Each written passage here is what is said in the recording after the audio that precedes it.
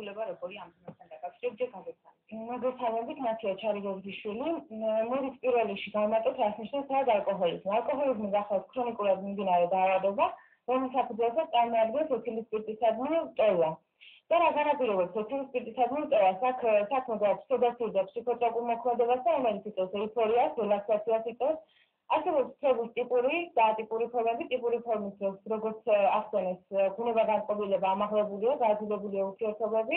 ატიპური ფორმის დროს პირიქით აბსოლუტურად მოხსნილია პასუხისმგებლობის გრძნობა, ადამიანი თავისად ხუნულად გრძნობს, უჩნდება ეგოიზმის გრძნობა, ოჯახისადმი გაბოროტებული მდგომა და ასე შემდეგ. რაც შეეხება სტატისტიკას, მსოფლიოში 2,5 მილიონი ადამიანი იზრდება ყოველწლიურად ალკოჰოლის გამოწვეული სხვადასხვა დაავადებებით.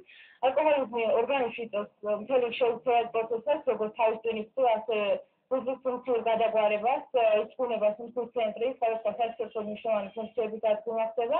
და ჩვენს ქვეყანაში ალკოჰოლიზმის გავრცელება არ არის განპირობებული მხოლოდ იმით, რომ ქართველები არიან მოქალაქე ხალხი.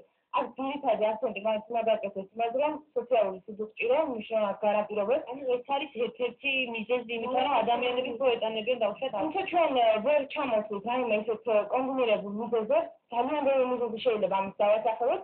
მემკვიდრეობის წინასწარ განწყობა არ შეიძლება ამ თუ გამოტოვებული იქნას. მაინც პირველ რიგში სოციალური გარემო, ოჯახური მიკროგარემო, სტრესული სიტუაციების სიხშირე, იგივე აი საქეითო ურთიერთობები, სადაც რამოდენიმე ადამიანიდან ერთ-ერთი შეიძლება ბოლოს ალკოჰოლიკი გახდეს. კარგი.